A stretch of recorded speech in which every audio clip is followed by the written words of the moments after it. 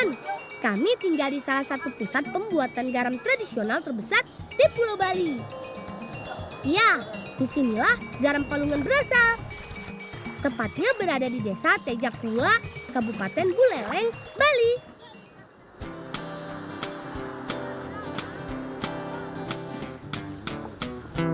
Jika diperhatikan, cara pembuatan garam Tejakula memang sedikit lebih rumit, teman. Berbeda dengan di tempat lain. Di sini, proses diawali dari nguayahin, yaitu menyiapkan media berupa tanah yang sudah dibasahi dengan air laut. Tanah kaya mineral ini kemudian diratakan pada pajegan atau area penjemuran tanah. Setelah dibiarkan selama kurang lebih 1 hari, akan terdapat retakan pada tanah. Selanjutnya, petani garam menggemburkannya menggunakan bongkrak. Ayo, semangat Mul! Tanah kaya mineral ini selanjutnya dimasukkan ke atas tinju. Alat yang terbuat dari bambu ini berfungsi sebagai tempat penyaringan. Uniknya, kegiatan pengisian tinju selalu dilakukan pada siang hari.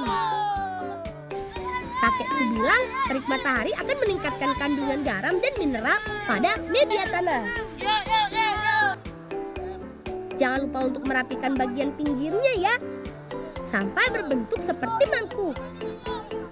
Kami akan mengisi tinju dengan air laut, yaitu dengan mengangkutnya menggunakan sene. Itulah teman, semacam ember tradisional yang terbuat dari daun lontar.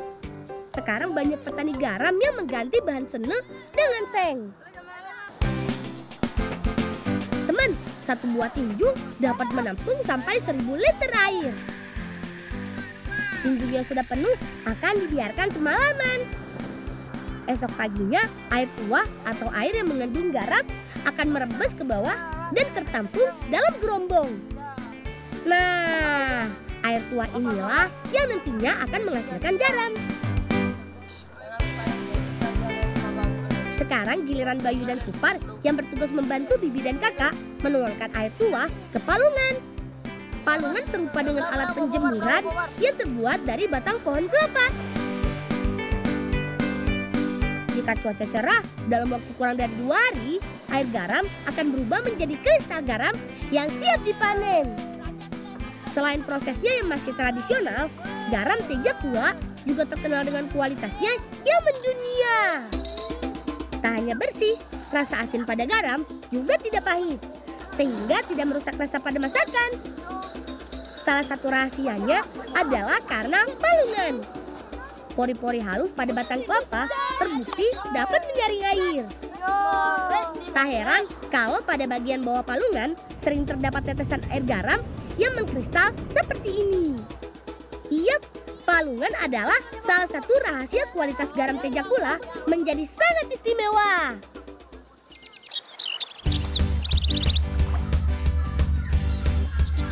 Ngeng, ngeng, ngeng.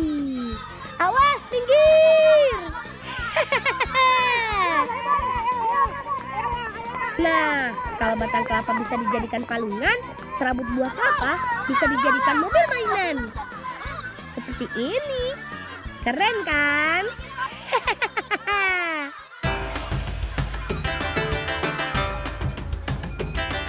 Belum lama ini, kakek mengajari kami membuat motor sambuk. Aku dan Bayu membuat badannya, sedangkan kakek membuat lodre atau roda. Sabut kelapa harus ditipiskan dan dirapikan dulu. Sengaja kami pilih sabut yang sudah tua karena lebih kuat dan keras. Bagian lain yang harus disiapkan adalah as roda. As roda dibuat dari bambu yang ukurannya paling kecil. Orang Bali menyebutnya bulu. Nenek ini bolongin, nenek kayu masuk, uli ini masuk. Tidak hanya dengan sabut kelapa, kita bisa membuat motor sambuk dari pelepah bunga kelapa. Caranya sama kok. Setelah dipotong rapi, kemudian membuat lubang di bagian depan. Ini adalah lubang untuk alat pendorong sekaligus roda depan. Gimana yuk? Bisa kan? Kalau diperhatikan, antara ban depan dan belakang berbeda cara memasangnya. As untuk ban belakang sengaja diikat dengan badan motor sambuk. Tujuannya supaya lebih kuat karena berfungsi sebagai penopang. Sedangkan ban depan berfungsi sebagai penggerak sekaligus kemudi. Pastikan jarak antar kedua ban tidak terlalu dekat, sehingga saat berputar, ban tidak menyentuh bodi. Ini lang, berarti ini memang lang. Bu nih. Ya sukang dari itu.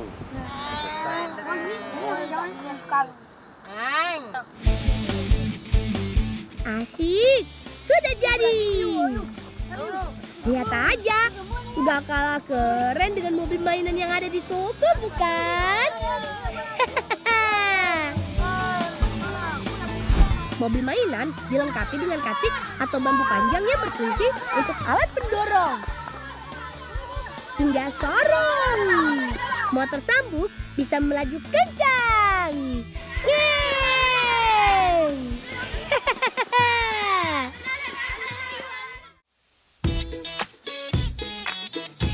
Teman, ragam manfaat dari kelapa memang banyak banget.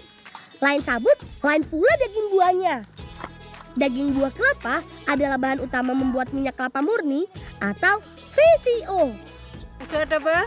Bu nih. Nak kejan itu jang. Nah apa di tongon sana pampu ke seluruh. Tadi bang apa tadi? Tadi.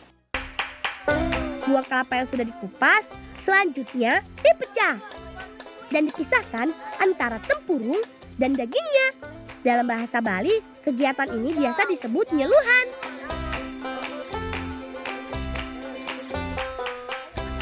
Kelapa yang sudah diparut selanjutnya dicampurkan dengan air.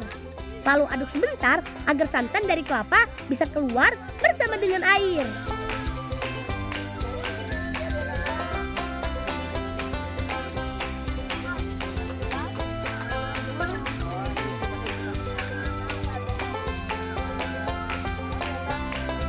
Ini dia hasilnya, santan kelapa yang sudah terpisah dengan ampasnya.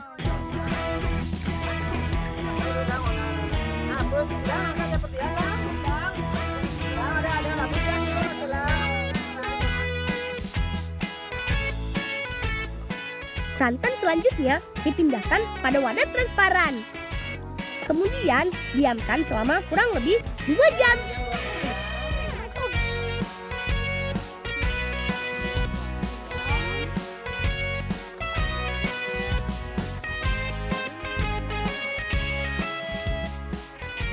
Hasilnya, santan terbagi menjadi 2 lapisan. Lapisan atas adalah krim santan, sedangkan lapisan bawah adalah air. Yap, cara paling sederhana untuk memisahkan keduanya adalah dengan selang seperti ini, teman. Yang diambil krim santannya saja ya. Namun, proses belum selesai. Krim santan harus didiamkan selama kurang lebih 12 jam sampai dihasilkan 3 lapisan. Nah, lapisan pertama adalah VCO. Proses penyaringan terakhir dilakukan dengan corong yang sudah dilapisi dengan kapas dan serpihan batu khusus.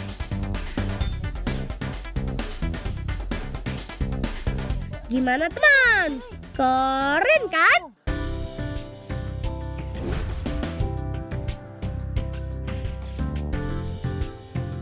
Teman, sudah bukan rahasia lagi kalau minyak kelapa murni atau VCO memiliki banyak manfaat.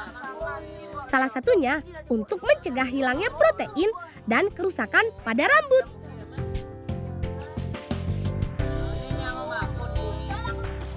Bibiku bilang VCO sangat bagus digunakan sebelum dan sesudah keramas. Gimana teman? Penasaran ingin mencoba?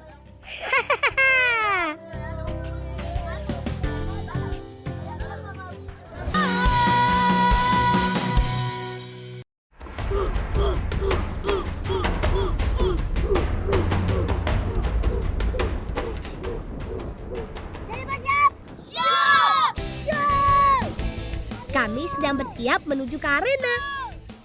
Tapi bukan di lapangan, Arena permainan berada di tepi danau. Wah, penasaran kan kami mau main apa?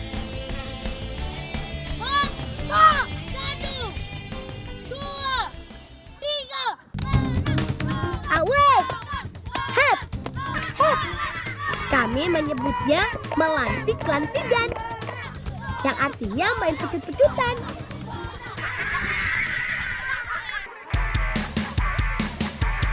Tenang, permainan kami ini aman kok. Niu atau tampi kami gunakan sebagai perisai untuk melindungi badan dari pecutan lawan. Pecut kami buat dari bahan yang aman, yaitu pelepah daun pisang. Peraturannya saat menyerang, kami hanya boleh menggunakan ujungnya pecut dan harus tepat mengenai perisai. Selanjutnya kalau pecut sudah rusak, permainan berubah adu kekuatan. Dorong-dorongan.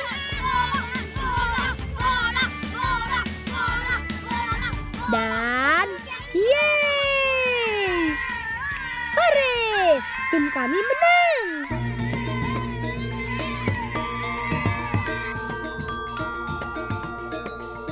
Teman, ini dia danau kebanggaan kami. Danau Batur. Danau seluas 16 km persegi ini berada di Kecamatan Kintamani, Kabupaten Bangli, Provinsi Bali.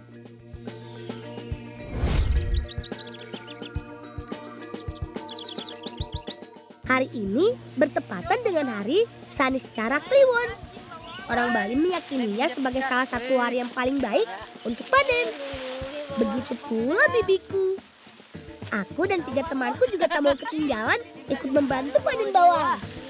Bawang dipanen dengan cara dicabut. Kalau di Bali, kami menyebutnya ngebut. Tanda bawang siap panen jika umbi bawangnya sudah muncul ke permukaan tanah. Nah, biar Bibi yang melanjutkan panennya, kami akan membawa bawang ini ke pondok. Ayo teman, berangkat!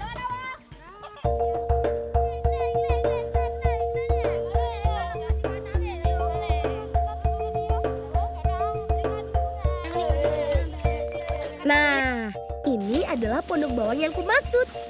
Di sini, bawang disusun untuk dikeringkan. Sengaja dibuat bertingkat supaya dapat menampung jumlah hasil panen yang melimpah. Paman bilang bawang baru bisa dijual kalau sudah kering. Nah, begini cara mengeringkannya. Setelah dipanen, daun bawang harus dipotong karena dianggap menyimpan air dan memperlambat proses pengeringan. Satu lagi, cara paling jitu untuk mempercepat proses pengeringan, yaitu dengan cara pengasapan. Bawang yang diasap, kualitasnya akan lebih bagus dan tahan lama. Tak heran kalau bawang dari Desa Songan terkenal sampai kemana-mana.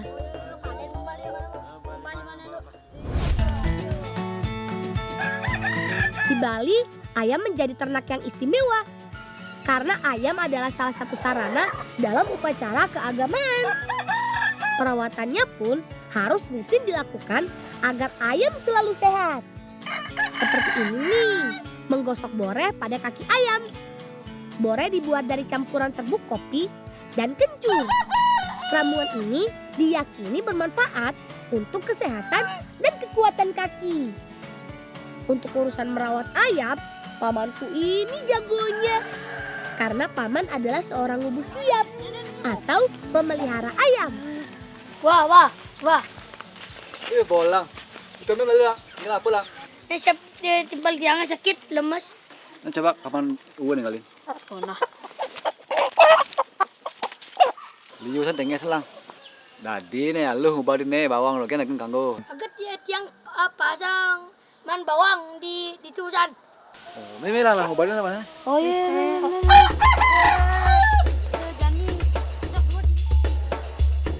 Oh, rupanya ayam gede sedang flu.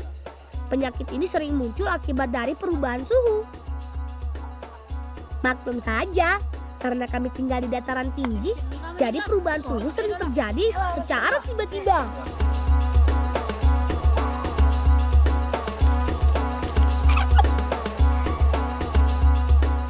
Mudah-mudahan setelah diberi bawang, ayam gede bisa kembali sehat.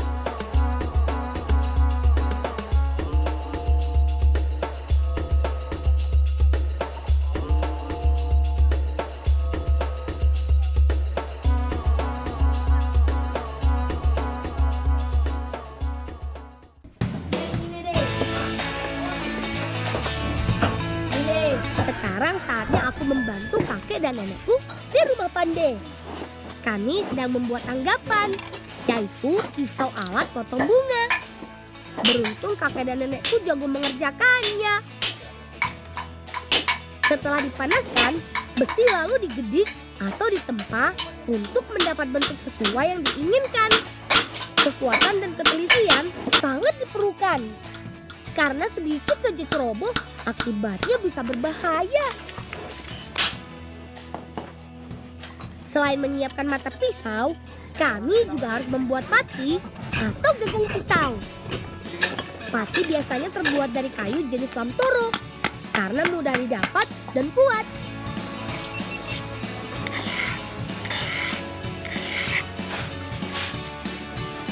Kalau sudah, pati dan mata pisau kemudian digabungkan. Jadi deh, ini dia anggapan si pisau bunga buatan kami.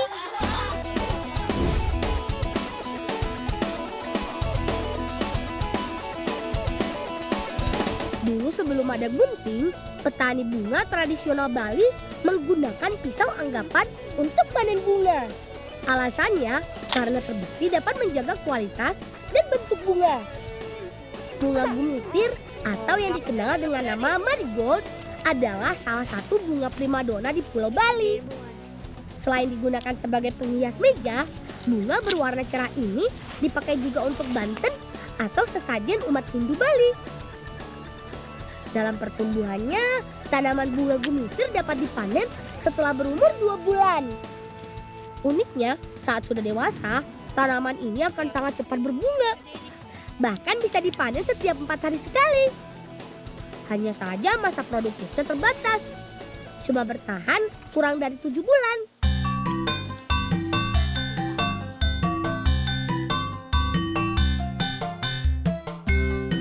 Yap, semua bahan sudah siap. Kali ini kakak akan membuat minuman segar dari bahan bunga gumitir. Tak lupa kami sudah menyiapkan daun jempen sebagai pelengkapnya.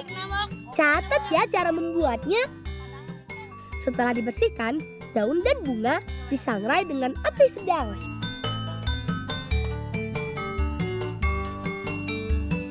Tidak perlu menunggu lama, karena kedua bahan harus diangkat ketika sudah mulai layu. Selanjutnya, siapkan air panas. Lalu masukkan bunga dan daun yang sudah disangrai. Aduk sampai air berubah kemerahan. Nah, jadi deh.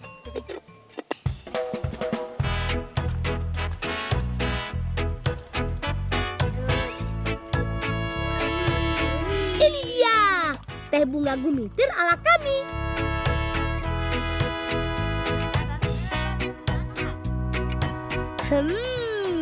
Segar. Tidak kalah segar dengan minuman daun teh. Apalagi kalau ada kue bantal dan beberapa jajanan tradisional lain sebagai hidangannya. Sempurna.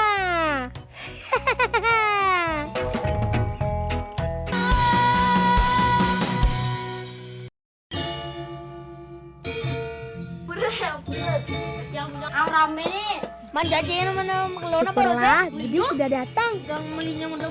Sudah dari tadi kami menunggu kelapa yang dibawa Gede. Kelapa ini akan kami gunakan untuk membungkus ari-ari. Iya teman, kami sedang menunggu kelahiran adik bayi. Selain kelapa, kami juga memerlukan tali bambu dan pamor atau kapur sirih. Hei, Lang, adiknya mau lahir. Engalin, nak sehat adiknya. Nyuai, jangan tanya nih. Engalin. Itu tadi nih, engalin lah. Syukurlah, sepertinya persalinan berjalan dengan lancar. Oh iya teman, Dalam tradisi kami, masyarakat Bayung Gede Kecamatan Kintamani, ari-ari bayi akan digantung di setra ari-ari. Dan kelapa ini digunakan sebagai tempatnya. Caranya, kelapa yang sudah berisi ari-ari selanjutnya diikat dengan tali bambu. Pastikan ikatan kuat dan seimbang untuk menjaga posisi kelapa tidak berubah. Terakhir, kelapa direkatkan dengan pamor atau kapur siri. Nah, sudah jadi.